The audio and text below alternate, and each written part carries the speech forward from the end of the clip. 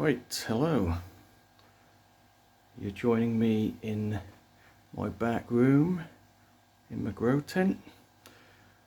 As promised, a video on the coconut palm, which I bought approximately 10 days ago.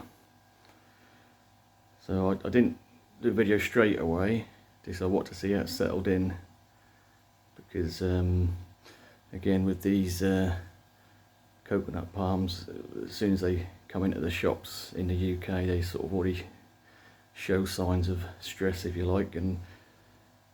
But I was quite careful to pick one that had a centre spear, so I'll open up and we'll have a closer look.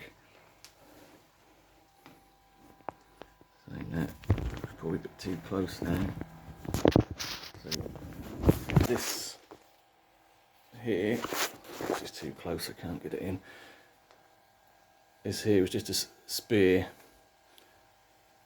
when I bought it, and as you can see, the leaves are starting to open out. So I know it's not completely dead. It's moving, it's growing. There is a bit of browning on the lower leaf, as you can see. That was there when I bought it, obviously already showing signs of stress due to general shipping and transportation, I'd imagine, with the cooler temperatures this time of year. But they're not dead, you just need to give them the right environment to get them going again. So let's just again have a look. So that's the spear, which was totally closed up when I got it, and it's opened up and the leaves are starting to open. So there's movement there. Been keeping it quite damp. I've left the cellophane around the pot, so I've left that on there so I can water in there, and that'll keep humidity around the actual coconut itself. Obviously I don't want to rot it out, but I do want to keep a good humidity, and hopefully the humidity will rise up and just keep the leaves in good nick. You really can't beat coconut palm for these huge strap leaves. Really are quite nice. But yeah, so obviously not the best time of year to buy a coconut palm. I would have preferred sort of mid-spring, but they had them in. They were only £10. So I thought I'd give it a go. Had the grow tent set up, so I thought that'd be the best chance to get it going. So let's just have a look at the tag. Get it in the light a bit more. Right, so I don't know if you can pick that up there. It says care instructions, position. Keep plant in a well lit position but not in direct sunlight. Well, obviously they do grow in direct sunlight, but where they've been grown, you know, you're going to burn the leaves. You put them straight in the sunlight or straight in a window with full sun, so you could sort of set them back from the window and slowly push them closer to the window to get them used to that sunlight. Temperature, I thought this was interesting. This plant flourishes when placed in a room with an average temperature of 18 to 23 degrees. Well, I don't think that'd be flourishing at them sort of temperatures. That'd be hanging on in the early 20s. If you kept this at 18 degrees or winter, that'd be dead in a month. Well, that's my experience anyway.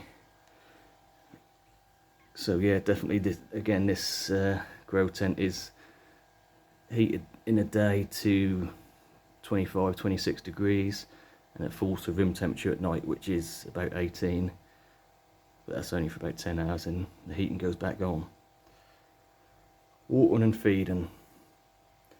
To keep the plant looking its best, water sparingly and feed every 2 to 3 weeks with some liquid houseplant food? Well, that depends on the temperature you're keeping it at. Obviously, if you're in an environment like I've got mine in, where it's heated and lit, you'd be wanting to at least water this every other day, just for the fact it's in a small pot and it dries out quick. Obviously, if you are keeping it cooler, you're running the risk of it slowly sort of dying on you, and you would want to keep it drier, but they don't last long when kept cool. In fact, interestingly, I did, like I say, I bought this about 10 days ago, so that's the Wednesday, the week before last.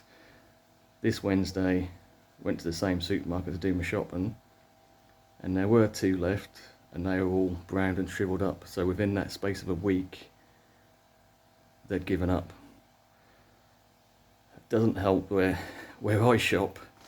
The particular supermarket is the house plants are right on top of the fridge section, so it's always cold, not very well lit. So yeah, they don't last long like that.